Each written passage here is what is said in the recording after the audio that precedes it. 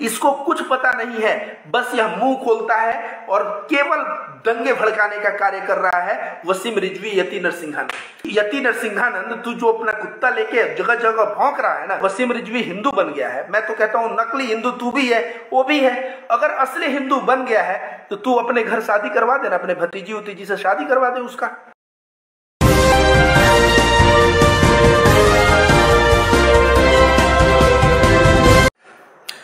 दोस्तों नमस्ते, मेरा नाम रविकांत भारती है। और दोस्तों जो वसीम रिजवी है और यति नरसिंहानंद सरस्वती हैं, ये लोग नीचता की पराकाष्ठा पार कर रहे हैं। हरिद्वार में हाल में ही वसीम रिजवी और यति नरसिंहानंद मिलके मैं देखा कुछ लोगों के बीच भाषण दे रहे हैं। और जब वह भाषण आप सुनेंगे तो वह भाषण बहुत ही शर्म देने वाली वो भाषण है। इसमें वसीम रिजवी कहता क्या है दोस्तों? कहता है कि कुरान के पहले ही पाठ जो बच्चों को पढ़ाया जाता है उसमें लिखा है कि गैर मुसलमानों से दूर रहो, लिखा है कि गैर मुसलमानों को कत्ल करो, गैर मुसलमानों के साथ गलत व्यवहार करो, उनके ऊपर अत्याचार करो, उनको मुस्लिम बनने पे मजबूर करो, इसके लिए जजिया टैक्स लगाया गया। इस तरह की ओछी बातें वसीम रिजवी कर रहा है। यहां तक कि नहीं, यह वसीम रिजवी कह रहा है कि मैंने कुरान का अध्ययन बंद करवाने के लिए सुप्रीम कोर्ट में पिटीशन फाइल किया और सुप्रीम कोर्ट ने उस पिटीशन को खारिज किया, मुझे फटकार लगाया और मेरे ऊपर 50,000 रुपए का जुर्माना लगाया। सुप्रीम कोर्ट भारत का जो सर्वोच्च न्यायालय है, भारत के संविधान के अनुसार देखिए इस गद्दार को क्या सजा मिली, फिर भी इसकी बुद्धि खुल नहीं रही है। यह कह रहा है कि कुरान में बच्चों को पहले पाठ में ही पढ़ाया जाता है गैर मुसलमानों से दूर रहो, गैर मुसलमानों का कत्ल करो। मैं इसको बता दूं, गैर मुसलमानों पे अत्याचार करो। मैं इसको बता दूं कि कुरान में बहुत जगह मैं तुझे दिखा दूंगा। तुझे लगता है मैं रविकांत भारती हवाई आदमी हूं, तो देख ये तेरे सामने मैं दिखा रहा हूं। वसीम रिजवी यति नरसिंहानंद, ये देख लो, ये क्या है? ये भागवत गीता है। देख लो ये क्या है? ये भागवत गीता है। ये पूरा मैं रूम दिखा दूंगा ना, किताबों से भागवत गीता की किताबें इतनी हैं। तो मैं पढ़ के बोल रहा हूं दोस्तों, और पढ़ के मैं ये भी बोल रहा हूं कि कुरान में यह लिखा है कि अल्लाह अत्याचार को पसंद नहीं करता, अल्लाह न्याय को प्यार करता है। तो जब अल्लाह न्याय को प्यार करता है, अत्याचार को पसंद नहीं करता, तो किस तरह से ये कह रहा है कि गैर मुसलमानों पर अत्याचार करो? यह कह रहा है कुरान में लिखा है कि गैर मुसलमानों की कत्ल करो। ये बताओ, भागवत गीता में लिखा है यदा यदा ही धर्मस्य ग्लानि भवति भारत अभ्युत्थानम अधर्मस्य तदात्मानं सृजाम्यहम् परित्राणाय साधूनां विनाशाय च दुष्कृतां धर्म संस्थापनार्थाय संभवामि युगे युगे। ये कहाँ लिखा है? भागवत गीता में। यति नरसिंहानंद, तू जो अपना कुत्ता लेके जगह जगह भौंक रहा है ना, तू मेरी बात को सुन। इसका मतलब होता है भगवान श्री कृष्ण कह रहे हैं कि मैं स्वयं अवतार लेता हूं। किस लिए अवतार लेता हूं? जब धर्म संकट में रहता है, जब जो है अच्छे लोगों पे अत्याचार होता है, तो मैं जन्म लेकर और जो दुष्टों का नाश करता हूं और अच्छे लोगों की रक्षा करता हूं, और उसके बाद धर्म की संस्थापना करता हूं और चला जाता हूं। भागवत गीता में जो बात ये कही गई है, वही बात जो है कुरान के सूरे तौबा में कहा गया है। अगर कोई आपके यहाँ पे चाकू रख दे, तलवार रख दे, तो आप कहेंगे मेरा गला काट दो, कि सेल्फ डिफेंस करेंगे? अगर आप सेल्फ डिफेंस कर रहे हैं तो क्या ये गलत है? भागवत गीता में कह रहा है कि अगर कोई आपके ऊपर अत्याचार कर रहा है तो उसको से लड़ो, तो ये क्या बात गलत है? भारत का संविधान कह रहा है कि कोई बंदूक यहां रखा हो तो सेल्फ डिफेंस में उसको मार दो, क्या यह बात गलत है? तो तुझे तो न भारत के संविधान पढ़ा है, न तू भागवत गीता पढ़ा है वसीम रिजवी, न तू कुरान पढ़ा है। मुंह उठाया और यति नरसिंहानंद सहारा दे रहा है, योगी सरकार और मोदी जी सहारा दे रहे हैं, और तू जो है भौंकता चला जा रहा है। मैं कहूंगा भारत के मुसलमानों से, यह समय धैर्य रखने की है। वोट के समय आप अपना गुस्सा उतारिए। अभी उतारेंगे तो क्या होगा, जो है वोट जो है पोलराइज होगा। और ये लोग गेम खेल रहे हैं, यति नरसिंहानंद और वसीम रिजवी। ये कह रहा है कि जजिया टैक्स लगा। इस गधे को बता दे, ये बता, कोई एक राजा है मुसलमान, मुसलमानों से 2.5% जकात ले रहा है। कितना परसेंट जकात ले रहा है? 2.5%। और उसका आधा 1.25% अगर जजिया टैक्स लिया तो अत्याचार हो गया। तुम चाहोगे कि राजा तुम्हारा रोड बनाए, तुम चाहोगे राजा तुम्हें सब सुविधा दे। राजा सब सुविधा देगा तो कहां से पैसा लाएगा? अपने घर से देगा क्या? राजा तो टैक्स लेगा ही। और वो टैक्स सोचिए, मुसलमान हो तो 2.5%, हिंदू हो तो तुमको 1.25% देना, तो ये अत्याचार कहा जाएगा क्या? इसको कुछ पता नहीं है, बस यह मुंह खोलता है और केवल दंगे भड़काने का कार्य कर रहा है वसीम रिजवी, यति नरसिंहानंद। यति नरसिंहानंद के चेले मुझे धमकी दे रहे हैं कि मुझे उठवा लेंगे। मैं किस जिले में हूं? मैं ताल ठोक के कहता हूं मैं भदोही जिले में हूं। मुझे उठवा लो, औकात है तो आओगे ना यहाँ पे यति नरसिंहानंद? भदोही जिले में मैं बता रहा हूं, इतना मैं बनाया हूं कि यहाँ के हिंदू भाई ही तुम्हें बैठा लेंगे, और बैठाने के बाद पुलिस कोर्ट सारा स्वागत तुमका करवाएंगे और अंदर करवा के तब वो लोग चैन लेंगे। औकात है तो तुम यति नरसिंहानंद चढ़ो। तुम तेरा सरस्वती छिनवाया तू भूल गया। यति नरसिंहानंद अब गिरी लिखवाने लगा, और गिरी लिखवा के तू वसीम रिजवी जैसे लोगों को, और यह वसीम रिजवी क्या कह रहा है? यह कह रहा है कि मुझे कोई गला काट दे। मोहम्मद साहब के बारे में अनाप शनाप किताब लिखा है, उसमें लिखा है वो लालची थे, वो गलत थे, वो ये थे। कह रहा है कोई मेरा गला अगर काट दे दोस्तों तो मुझे चीते पे जलाना, तुझे चीते पे जलाना। और यति नरसिंहानंद में कह रहा है कि सन्यासी तो चीता पे आग नहीं देते, लेकिन मैं सन्यास धर्म को छोड़ दूंगा और तुम्हारे चीते पे आग दूंगा, हाथ में तलवार लेके, और मैं मुसलमान मौलाना सबको काट दूंगा। यति नरसिंहानंद के चेलों, क्या एक सन्यासी का ये भाषा है? गुरु गुरु कह रहे हो, अपने गुरु जी को पहले सुधारो। इस तरह की जो है दंगा भड़काने वाला, नफरती बात करने वाला। और यति नरसिंहानंद, मैं तो अभी गीता और इन सब की बातें करूंगा, मेरे मुंह से अच्छी बातें शोभा नहीं देती। लेकिन अगर वसीम रिजवी हिंदू बन गया है, मैं तो कहता हूं नकली हिंदू तू भी है, वो भी है। अगर असली हिंदू बन गया है तो तू अपने घर शादी करवा देना, अपने भतीजी उतीजी से शादी करवा दे उसका।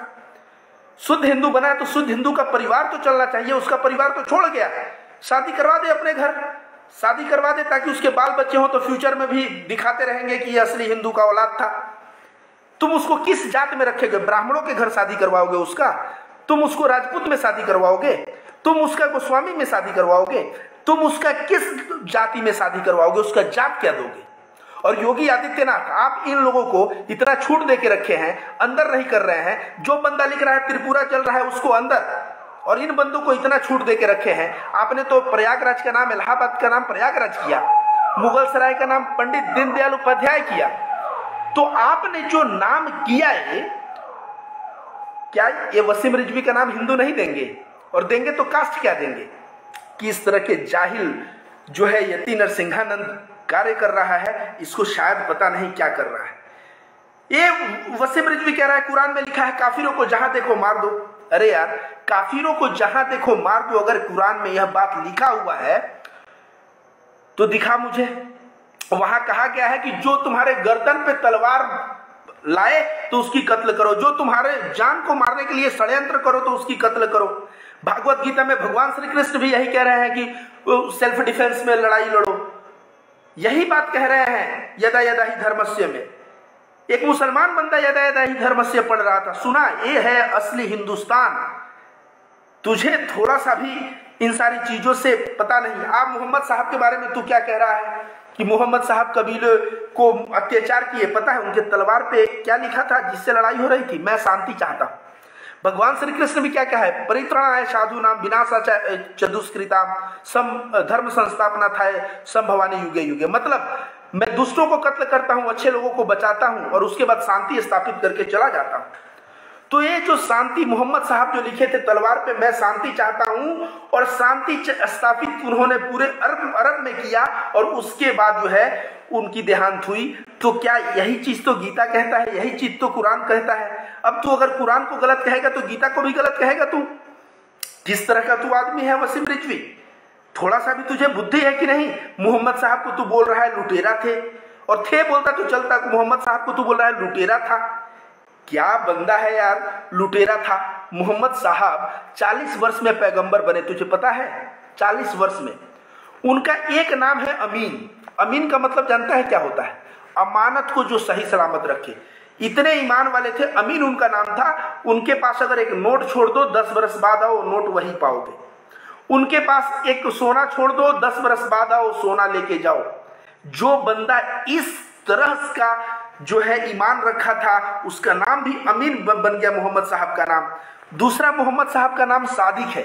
सादिक का मतलब तू जानता है क्या होता है? सत्य को बोलने वाला। महात्मा गांधी ने भी तो सत्याग्रह किया, लेकिन यह युग महात्मा गांधी और अच्छे लोगों का नहीं है, यह युग जो है नफरतबाजों का है। ऐसा भारत में राजनीतिक माहौल कर दिया गया है। मुझे बहुत ही आश्चर्य होता है दोस्तों। आप लोगों को एक बात और बता दूं, मोहम्मद साहब की जिंदगी पढ़े देखे वसीम रिजवी, एक किताब को 5 बार पढ़ना, इसका नाम है अर्रहीकुल मखतूम मुबारकपुरी। मोहम्मद साहब की जिंदगी है, 5 बार पढ़ना तू कम से कम, तब तेरा बुद्धि खुलेगा तू क्या कर रहा है। मोहम्मद साहब आपको बता दें कि जब जाते थे, बबूल उबूल जो कांटेदार थे लकड़ियां वो चुनते थे और उससे खाना बनाते थे, तो जो लकड़ी वो अपने मेहनत से काट के लाए हैं, अपना खाना बन जाने के बाद दूसरों को बांट देते थे। क्या यह बात पता है तुझे? शायद पता नहीं। खजूर के जो पत्ते लाते थे जिससे छत बनता था, तब अपना छत बन जाने के बाद वो खजूर के पत्ते जो लाए हैं अपने मेहनत से काट के दूसरों को दान दे दिया करते थे। वो तू कह रहा है लिखा है कुरान में काफिरों को मार दो, तो कुरान में क्या ये नहीं लिखा है कि एक निर्दोष इंसान की जो जान की, एक निर्दोष इंसान की अगर कत्ल हो गई तो पूरे इंसानियत की कत्ल हो गई? तो कुरान में कहीं नहीं लिखा है काफिरों को मार दो। काफिर मतलब क्या यार? हिंदू धर्म में नास्तिक हम लोग कहते हैं, क्या नास्तिक खराब शब्द हो गया? जो ईश्वर को नहीं मानता वो नास्तिक है, तो उसी नास्तिक को लोग काफिर कह रहे हैं। उस काफिर शब्द खराब नहीं है।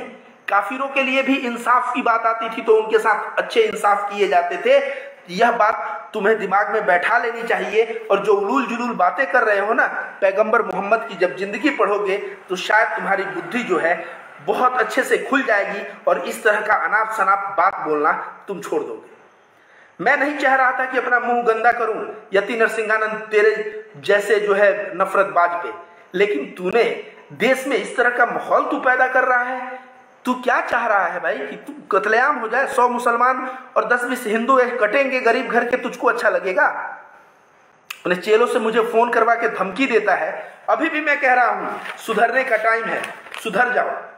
अभी भी मैं कह रहा हूं सुधरने का टाइम है, सुधर जाओ। और याद रखो काफिर जो है ना नॉन मुस्लिम के लिए यूज होता है, और नॉन मुस्लिम में अगर कोई एक इब्राहिम है, मान लो एक बंदे का नाम इब्राहिम या इम्तियाज या रईस, कोई भी नाम एक बंदे का, मुसलमान बंदे का जो नाम होता है ले लो, अगर वो बंदा भी नास्तिक है, अल्लाह को नहीं मानता, भगवान को नहीं मानता, तो उसको भी काफिर बोला जाएगा। तू कह रहा है कि काफिरों का कत्लेआम करना लिखा गया है। तू ही बता, इंडोनेशिया एक इस्लामिक कंट्री है, पूरे इस्लामिक कंट्री पूरे बता कितने हैं? इंडोनेशिया में मुसलमान ज्यादा है, इस्लामिक कंट्री कितने हैं?